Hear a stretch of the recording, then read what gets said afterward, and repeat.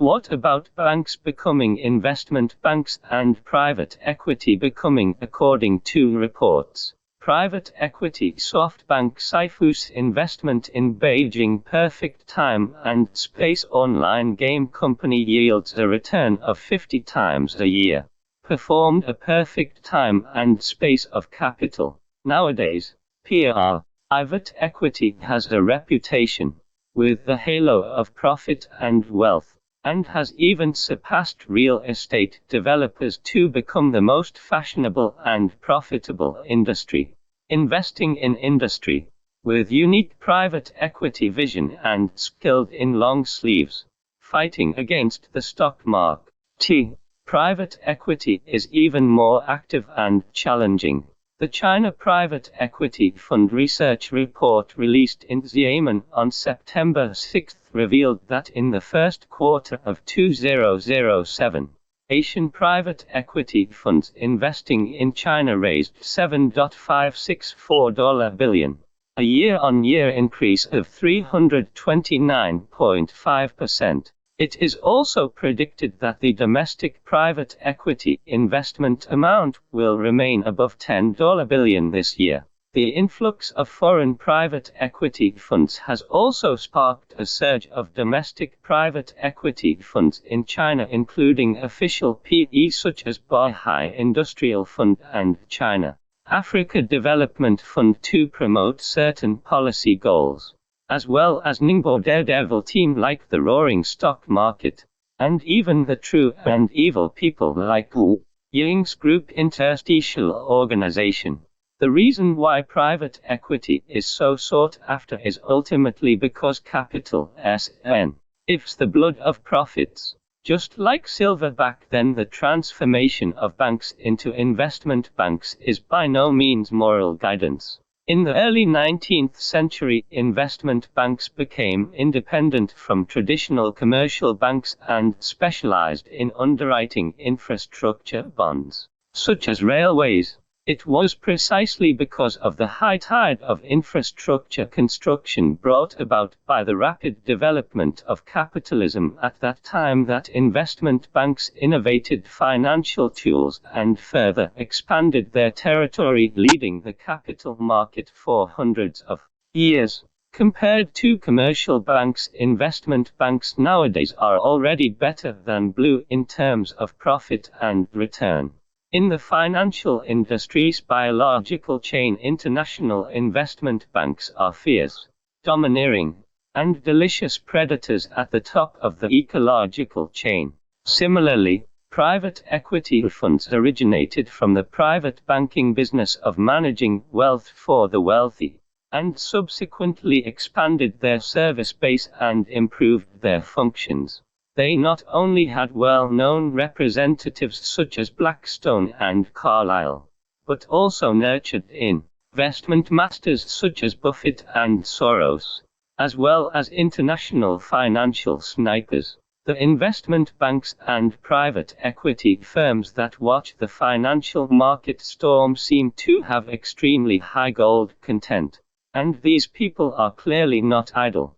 Why can private equity monopolies, severely undervalued value depressions, play in the financial market, and reap rich profits? The foundation lies in its unique business creativity, operational model, and organizational form.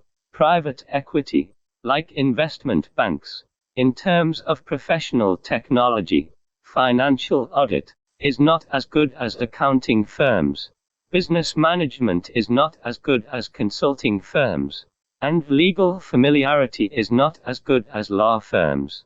But in the investment activities of listing, mergers and acquisitions, and management, they outsource professional business to the above professional organizations, and even hire star entrepreneurs to take the helm.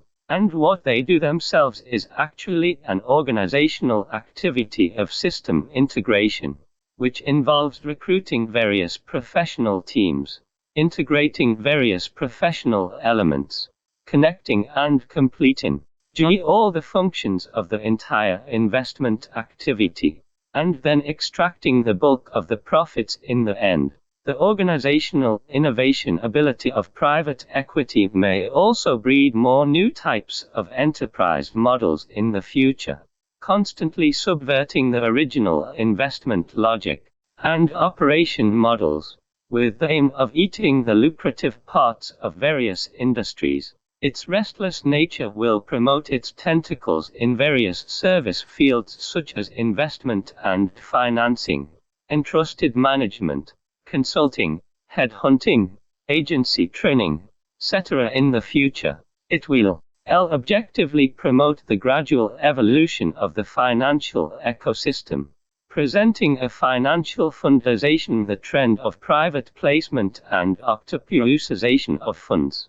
For example, in the past, PE had a perfect exit after completing the listing of investment companies. But now there is another reverse-thinking privatization of listed companies after delisting.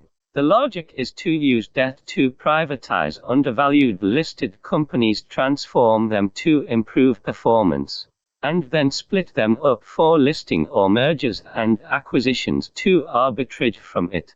PE is testing this new investment method in the capital markets around China-Taiwan Vision technology case and is preparing to enter the A-share market at an opportunity. At the same time, the octopus-like service trend of private equity has put forward high difficulty requirement (TUS) for management, to the extent that many foreign private equity companies, such as headhunting companies, are struggling to find investors with expertise and turn to celebrity entrepreneurs, which to some extent promotes the trend of CEO outsourcing.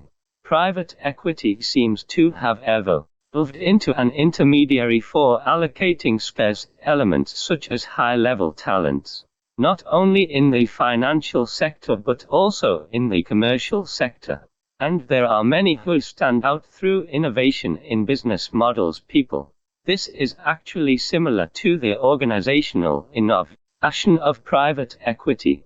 For example, Chen Jianxiao, relying on the successful card-counting mode of online game Legend, is making more money every day. Use who even realized the myth of making money on the journey of online games with his brain platinum marketing method. No wonder Ma Yun predicted that he would go from being the first loser in China to being the richest person in China. Similarly, Marx, Alibaba, and Jiang Nanchun's Focus Media have demonstrated the legend of innovative business models. In summary, it is all a good business idea assisted by capital that has revolutionized the original industry in the short term. The evolution of both financial and commercial formats is mainly led by organizational innovation, and this change internally reflects the intellectual capital that represents the power of the brain has replaced the intellectual capital that was worshipped as gods in the past. Because knowledge is rapidly popularized in the information age with sophisticated communication technologies such as the Internet, because it can be copied and easily imitated, and its strong productivity due to scarcity in the past has also weakened, thus further becoming a dependency of intellectual capital. For example, investment bank private placement, an industry that plays with capital, makes the most money but has the least social responsibility, which completely subverts the social concept under the labor axiology of getting rich through hard work. Although China cuts across agricultural civilization, industrial civilization, information civilization, and financial civilization, in the era dominated by the new civilization of capital flow, compared to the capital playing with wisdom, the speed and scale of labor producing wealth are different. Capital cannot be compared in the same breath, which even leads to the paradox of hard work leads to poverty. However, knowledge dominated by wisdom will not only rewrite the distribution of wealth mode, but also rewrite illiteracy, that is, In the past, a small group of intellectuals ruled a group of illiterates. With the popularization of knowledge and the dominance of intellectual productivity, a small group of wise people may rule most intellectuals in the future. The path change of the dominant power of the times determines that the future social structure will still be pyramid-shaped. The top is organizational innovation. Newcomers have established a leadership position through creative operations that constantly disrupt and update game rules, such as investment banks and private equity, capturing the largest portion of profits. The upper echelons are knowledge innovators, followed closely by those who provide theoretical support for organizational innovation. For example, some research institutions may have glamorous identities and professions, but have lost their true control over the brain. The middle level is a knowledge user who passively accepts the game rules set by the upper level and is led by the nose. These are what we commonly refer to as intellectuals who sell operational skills, including the 4 major accounting firms and some well-known consulting firms. The low echelons are the most widespread market economy dropouts, marginalized due to their inability to adapt to new game rules, may be eliminated at any time, such as some small businesses and small investors.